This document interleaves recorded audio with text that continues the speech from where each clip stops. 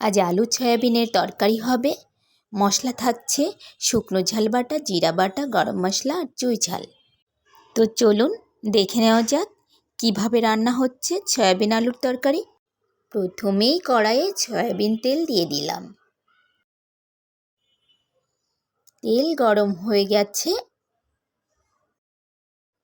এখন গরম জলে ধুয়ে রাখা সয়াবিন বড়িগুলো তেলে দিয়ে দিলাম ভেজে নেওয়ার জন্য।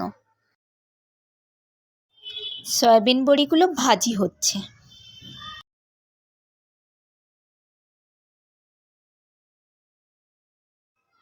এবার দিয়ে দিলাম ধুয়ে কেটে রাখা আলুগুলো। এরপর দিয়ে দিলাম চুই ঝাল।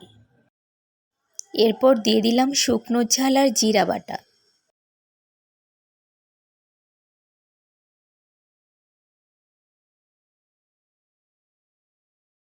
এবার স্বাদ মতো লবণ দিয়ে দিলাম।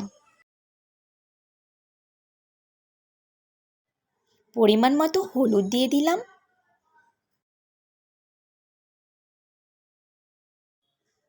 এখন খুন্তির সাহায্যে নেড়ে চেড়ে সব উপকরণগুলো একসাথে মিশিয়ে নিলাম।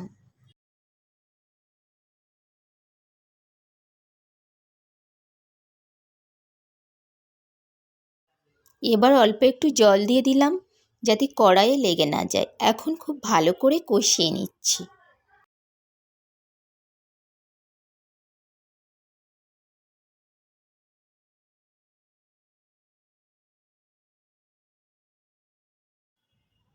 এরপর ৩-৪ মিনিট ঢাকনা দিয়ে রেখে দিব খুব ভালো করে কষানোর জন্য। খুব ভালো করে কষানো হচ্ছে। কষানোটা যত ভালো হবে সয়াবিন বড়ির তরকারিটা ততই সুস্বাদু হবে।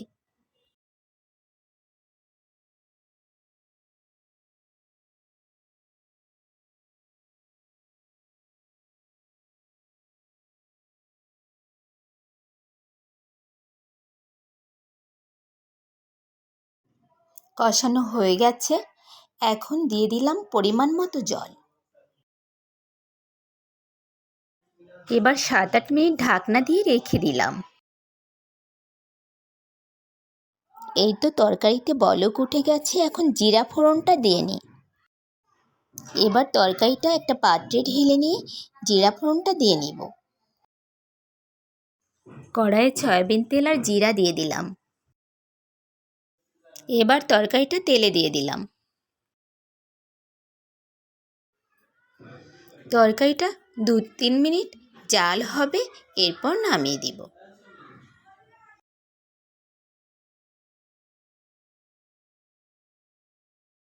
নামানোর অল্প কিছু আগে বেটে রাখা গরম মশলা দিয়ে দিলাম।